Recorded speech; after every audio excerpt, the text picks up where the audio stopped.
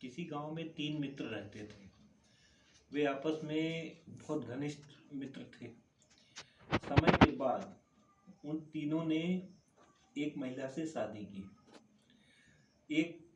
तीनों के बीच में अकेली महिला होने के बाद भी वे तीनों मित्र, वह और उनकी महिला पत्नी, बहुत खुशी और सुख के साथ जीवन व्यतीत कर रहे थे। एक दिन अकस्मात उनकी महिला पत्नी बीमार पड़ी और बीमार पड़ने के कारण वह मृत्यु को प्राप्त हो गई।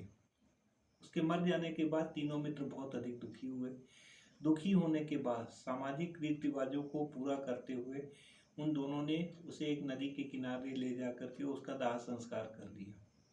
उसके दुख से वे तीनों मित्र इतने अधिक दुखी हुए कि तीनों ने अब अलग अलग रहने का निश्चय कर लिया।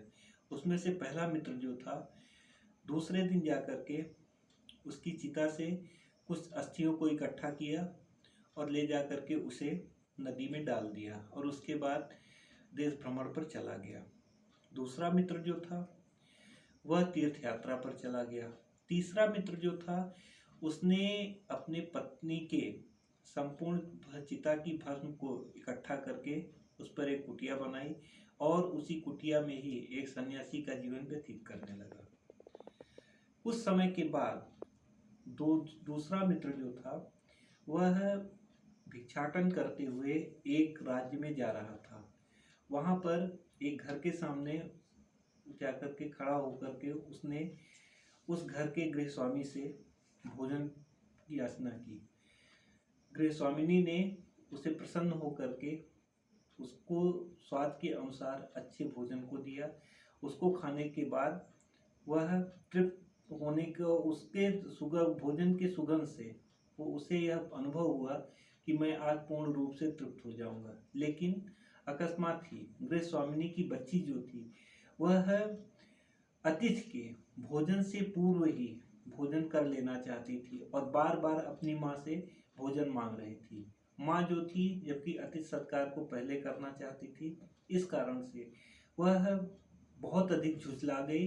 लेकिन इसके बाद भी बच्ची की याचना जो थी वह कम नहीं हुई और अंत में उसने बच्ची को बहुत बुरी तरह से पीटा और पीटा ही नहीं, उसको उठा करके उसको जला दिया। जलाने के बाद वह जो अतिथि था वह इसे देख करके बहुत अधिक दुखी हुआ और उसने कहा, मैं एक ब्रह्म राक्षस के घर में प्रवेश कर गया हूँ, यहाँ पर तो मुझे किसी भी तरह से भोजन नहीं करना चाहिए।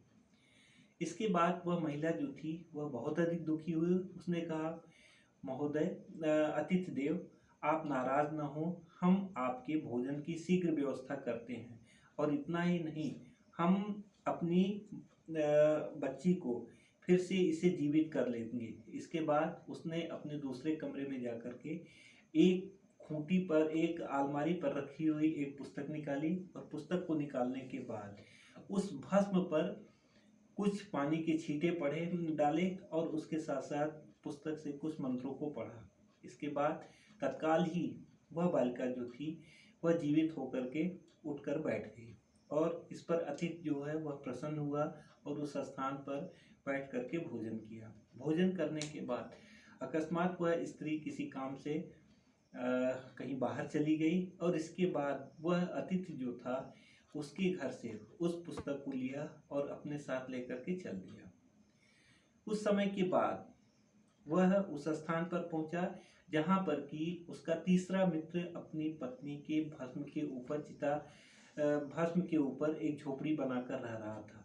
वहां पहुंचने के बाद उसने अपने मित्र से कहा, मित्र उठो, मैं एक ऐसी विद्या लेकर के आया हूं कि अपनी पत्नी को हम फिर से जीवित कर सकेंगे। उसका तीसरा मित्र जो था वह भी बहुत प्रसन्न हुआ। उसने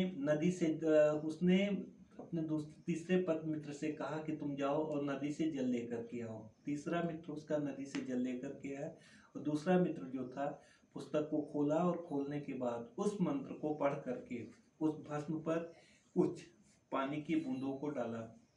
अकस्मात तत्काल ही वहां पर एक सुंदर स्त्री प्रकट हुई। वह स्त्री पहले से बहुत अधिक खूबसूरत और बहुत अधिक अच्छी थी। इसके बाद पहला मित्र जो था, जो कि तीर्थाटन के लिए चला गया था, कुछ समय के बाद वह भी वहां उपस्थित हो गया। अब तीनों मित्रों में उस अकेली पत्नी के लिए आपस में कलह उत्पन्न हुआ, क्योंकि तीनों मित्र यह कहते थे कि यह मेरी है। पहला कहता था यह मेरी स्त्री है, दूसरा कहता था यह मेरी स्त्री है, जबकि तीसरा पति केवल यह कहता था कि यह मेरी पत्नी है। इसके बाद जब विवाद नहीं सुलझा तो इस विवाद को सुलझाने के लिए सभी मित्र राजा के पास गए। राजा ने तीनों मित्रों की वचनों को सुना और सुनने के बाद उसने अपना यह निर्णय दिया, जो अपनी पत्नी के दाह संस्कार के बाद अस्थियों को उसको संचित किया और संचित करने के बाद उसे ले जाकर के नदी में प्रवाहित किया। तो इस तरह से उसने पुत्र के कर्म को संपादित किया, और पुत्र किसी भी स्त्री का पति नहीं हो सकता। दूसरे मित्र के लिए कहा कि दूसरा व्यक्ति जो है यह दूसरे के घर से जाकर के वहां पर पुस्तक को ले आया, और पुस्तक को लाने के बाद उसने जो संचित भस्म थी उस पर मंत्र पढ़ा, और मंत्र पढ़ने के बाद उस पर भस्म के ऊपर अग्नि के पानी के छींटे डाले, जिससे कि उस एक पत्नी का पुनर्जन्म हुआ।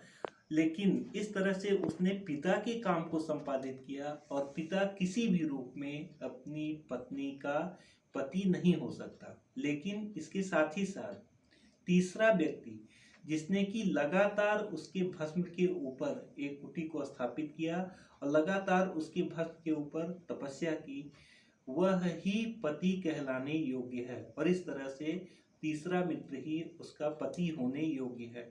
इस कथा के साथ इस वृत्तांत के साथ यह कथा समाप्त हो जाती है। धन्यवाद।